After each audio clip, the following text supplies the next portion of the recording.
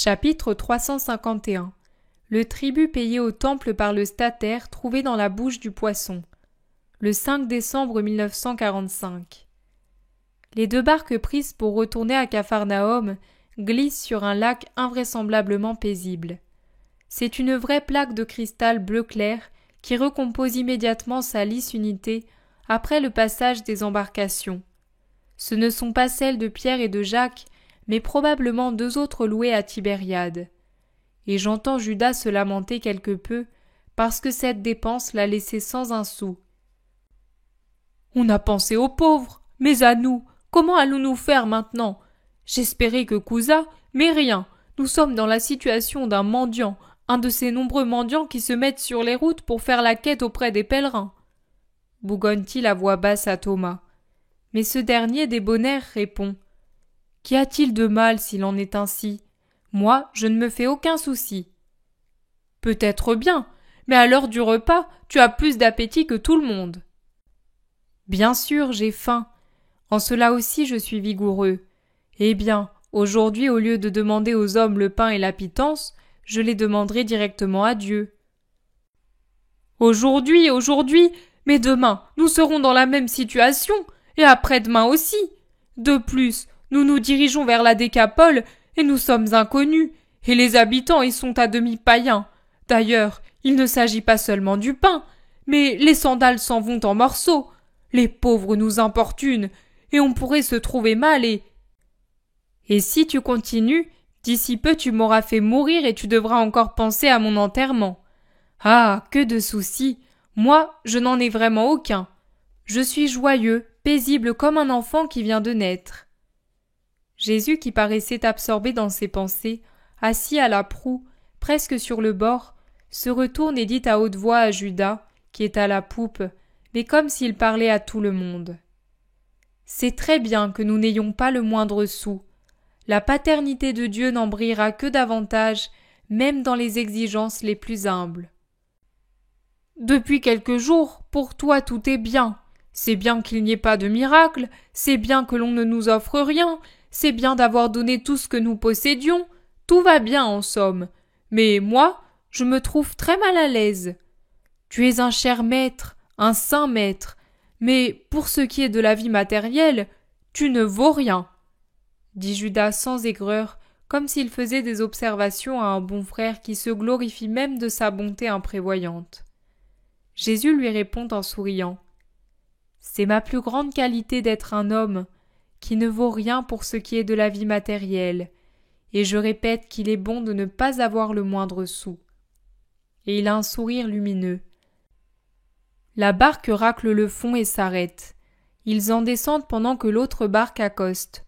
Jésus avec Judas, Thomas, Jude et Jacques, Philippe et Barthélemy se dirigent vers la maison. Pierre débarque de l'autre avec Matthieu, les fils de Zébédée, Simon le Zélote et André. Mais alors que tous se mettent en marche, Pierre reste sur la rive à parler avec les passeurs qui les ont conduits et qu'il connaît peut-être, puis il les aide à repartir. Ensuite, il remet son vêtement long et remonte la plage pour aller à la maison. Pendant qu'il traverse la place du marché, deux hommes viennent à sa rencontre et l'arrêtent. « Écoute, Simon, fils de Jonas. »« J'écoute, que voulez-vous ?»« Est-ce que ton maître, du simple fait qu'il l'est, paie les 2 drachmes dus au temple ou non ?»« Bien sûr qu'il les paie. Pourquoi ne le ferait-il pas ?»« Mais parce qu'il se prétend le fils de Dieu et il l'est !» réplique résolument Pierre, déjà rouge d'indignation. Et il achève. Pourtant, comme il est un fils de la loi, et le meilleur fils de la loi, il paie ses drachmes comme tout Israélite. Il nous semble que non. On nous a dit qu'il ne le fait pas, et nous lui conseillons de le faire. Grommelle Pierre dont la patience est presque à bout. Mon maître n'a pas besoin de vos conseils. Allez en paix. Et dites à ceux qui vous envoient que les drachmes seront payés à la première occasion. Payé à la première occasion? Pourquoi pas tout de suite? Qui nous assure qu'il le fera, s'il est toujours çà et là, sans but? Pas tout de suite parce que, pour le moment, il n'a pas le moindre sou. Vous pourriez le presser qu'il n'en sortirait pas la moindre pièce de monnaie. Nous sommes tous sans argent, parce que nous, qui ne sommes pas des pharisiens, ni des scribes, ni des sadducéens, qui ne sommes pas riches, qui ne sommes pas des espions, qui ne sommes pas des vipères, nous avons coutume de donner aux pauvres ce que nous avons au nom de sa doctrine. Avez-vous compris? Et pour l'instant, nous avons tout donné, et si le Très-Haut ne s'en occupe pas, nous pouvons mourir de faim ou nous mettre à mendier au coin de la rue. Rapportez aussi cela à ceux qui disent de lui qu'il est un noceur. Adieu. À ces mots, il les laisse en plan et s'en va en bougonnant, rouge de colère. Il entre dans la maison et monte dans la pièce du haut où se trouve Jésus, qui écoute un homme le prier de se rendre dans une maison sur la montagne derrière Magdala, où quelqu'un se meurt. Jésus congédie l'homme en promettant d'y aller sans tarder, et après son départ, il s'adresse à Pierre qui est assis dans un coin l'air pensif. « Qu'en dis-tu, Simon? Selon les règles, de qui les rois de la terre reçoivent-ils les tributs et l'impôt? De leurs propres enfants ou des étrangers? » Pierre sursaute. « Comment sais-tu, Seigneur, ce que je dois te dire ?» Jésus sourit en ayant l'air de penser « Laisse tomber », puis il reprend. « Réponds à ma question. »« Des étrangers, Seigneur. » Donc les enfants en sont exempts, comme de fait cela est juste, car un enfant est du sang et de la maison de son père, et il ne doit payer à son père que le tribut de l'amour et de l'obéissance. Donc moi, en tant que fils du Père, je ne devrais pas payer le tribut au temple qui est la maison du Père. Tu leur as bien répondu. Mais il y a une différence entre toi et eux. Toi, tu crois que je suis le Fils de Dieu, et eux, comme ceux qui les ont envoyés, ne le croient pas. Aussi, pour ne pas les scandaliser, je vais payer le tribut, et tout de suite, pendant qu'ils sont encore sur la place pour le recevoir. « Avec quoi, puisque nous n'avons pas le moindre sou ?»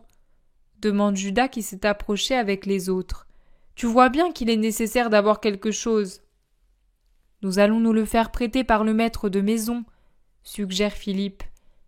De la main, Jésus fait signe de se taire. « Simon, fils de Jonas, va sur la rive et jette le plus loin que tu pourras un filin muni d'un solide hameçon. Et dès que le poisson va mordre, tire à toi le filin. Ce sera une grosse prise. Sur la rive, ouvre-lui la bouche, tu y trouveras un statère. Prends-le, rejoins ces deux hommes et paie pour toi et pour moi. Puis apporte le poisson, nous le ferons rôtir, et Thomas nous fera la charité d'un peu de pain. Nous mangerons, et nous partirons aussitôt chez l'homme qui se meurt. Jacques et André, préparez les barques.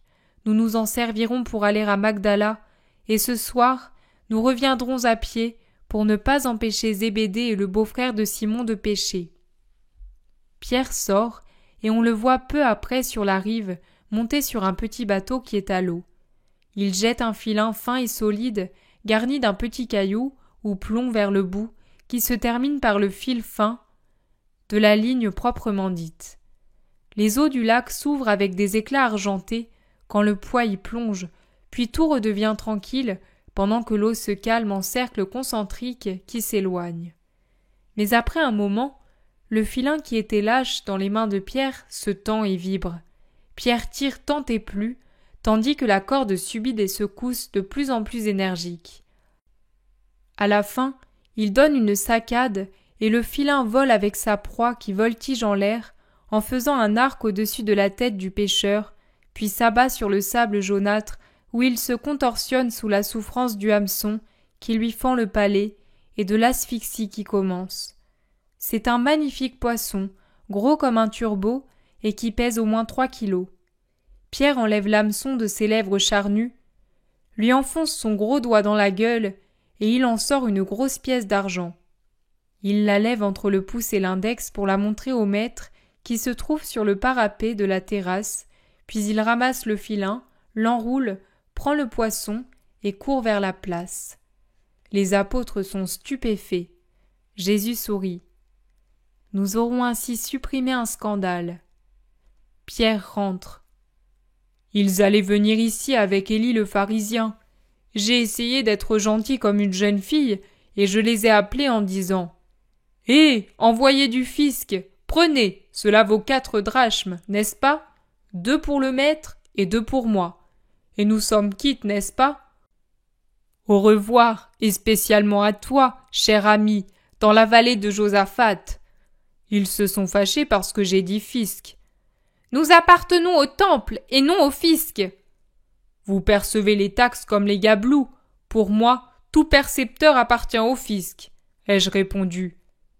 Mais Élie m'a dit « Insolent, tu souhaites ma mort ?» Non, mon ami, pas du tout. Je te souhaite un heureux voyage vers la vallée de Josaphat. Tu ne vas pas pour la Pâque à Jérusalem? Nous pourrons donc nous y rencontrer, mon ami.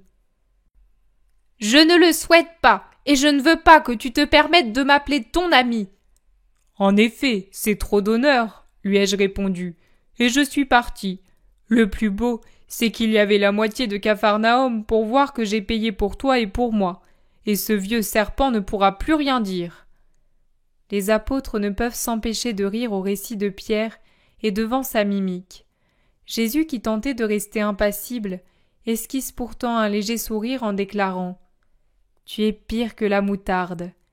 Et il conclut « Cuisez le poisson et dépêchons-nous. Au crépuscule, je veux être revenu ici.